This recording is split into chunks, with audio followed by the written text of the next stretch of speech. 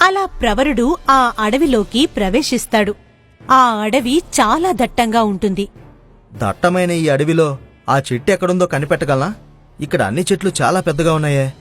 దేవుడా, నాకు నీ సహాయం కావాలి.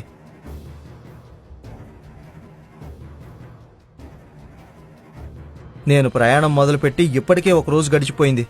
ప్రయాణం చేసి బాగా అలసిపోయాను. ఈ రాత్రికి ఇక్కడే విశ్రాంతి తీసుకుంటా. అలా విశ్రాంతి తీసుకుంటుండగా అక్కడికి ఒక పెద్ద పాము వస్తుంది. ప్రవరుడికి ఒక్కసారిగా మెలకువ వస్తుంది. ఆగు మానవా, నేను నీకు ఎటువంటి హాని తలపెట్టను. నేను నీకు సహాయం చేయడానికి వచ్చాను. దయచేసి నీ కత్తి లోపల పెట్టి నేను చెప్పేది విను. వింతగా ఉందే, ఒక పాము మాట్లాడుతుంది. ఇంతకీ ఎవరు నువ్వు? నేనొక గాంధర్వుణ్ణి. నాకు తెలియక ఆ రాక్షసి ఉంటున్న గ్రామంలోకి ప్రవేశించాను. అది గమనించిన రాక్షసి నన్ను ఇలా పాములా మార్చి ఈ అడవిలో పడేసింది. నాలాగే చాలా మందిని అనేక జంతువుల్లాగా మార్చి ఇదే అడవిలో వదిలేసింది. నీ అదృష్టం బాగుండి నువ్వు ఆ రాక్షసి కంటపడలేదు. అవును, పల్లవి నాకు సాయం చేయకుంటే నన్ను కూడా ఇలాగే ఏదో ఒక జంతువుగా మార్చి ఈ అడవిలో వదిలేసేదేమో. ఇంతకీ నువ్వు నాకు చేయబోయే సాయం ఏంటో చెప్పలేదు. నువ్వు వెతుకుతున్న చెట్టు ఇక్కడికి దక్షిణాన 2 కోసుల దూరం వెళితే కనబడుతుంది. ఇంత పెద్ద అడవిలో ఆ చెట్టును ఎలా కనిపెట్టగలనా అనుకున్నాను. మీరు నాకు ఎంతో సాయం చేశారు. అందులో నా స్వార్థం కూడా ఉంది. నువ్వు ఆ రాక్షసిని సంహరిస్తే మా శాప విమోచన కూడా అవుతుంది.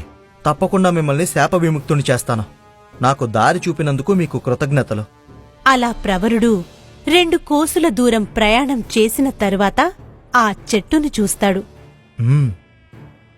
ఇదే ఆ చెట్టు. దీనికి పెద్ద తొర్ర కూడా ఉంది. ఇందులోకి వెళ్తాను. అలా లోపలికి వెళ్లిన ప్రవరుడికి ఒక పాడుపడిన భవనం కనబడుతుంది.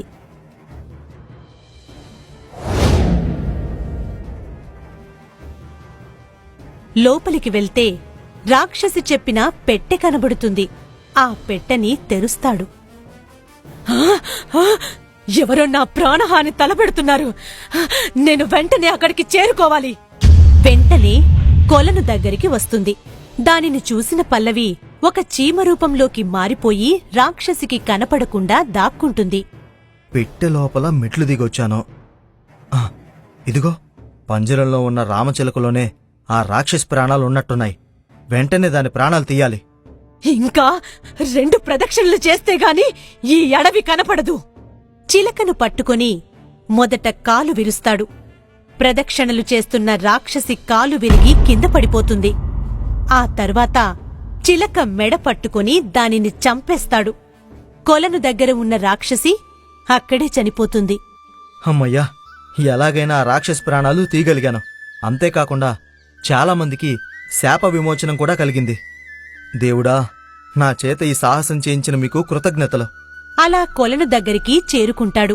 చీమ రూపంలో ఉన్న పల్లవి ప్రవరుడిని చూసి మళ్లీ యథారూపం ధరిస్తుంది. ఈ రాక్షసి చనిపోవడం చూశాను. నువ్వొచ్చే వరకు మారువేషంలో ఉండటం మంచిదని చీమ రూపంలో ఉన్నా. మనం వివాహం చేసుకుని కొన్ని రోజులు ఈ నగరంలోనే గడిపి తర్వాత మా రాజ్యానికి వెళదాం. అలా పల్లవి ప్రవరుడు వివాహం చేసుకుని సంతోషంగా ఆ నగరంలో గడుపుతుంటారు. అలా ఉండగా ఒకరోజు ఇద్దరూ సముద్రంలో పడవలో విహరిస్తుండగా, అయ్యో, నా చేతి కడియం జారి సముద్రంలో పడిపోయిందే. పోతే పోయిందిలే, నేను నీకు అంతకన్నా మంచి కడియం చేయిస్తానుగా. అది దేవత కడియం. ఆ రాక్షసి ఎక్కడ్నుండో తీసుకొనొచ్చి నాకు బహుమతిగా ఇచ్చింది. అలా ఆ కడియం సముద్రంలో మునుగుతుండగా ఒక పెద్ద చేప దానిని మింగుతుంది. అలా కడియం పోగొట్టుకున్న పల్లవి మళ్లీ ఎలా చిక్కుల్లో పడిందో వచ్చే భాగంలో చూద్దాం.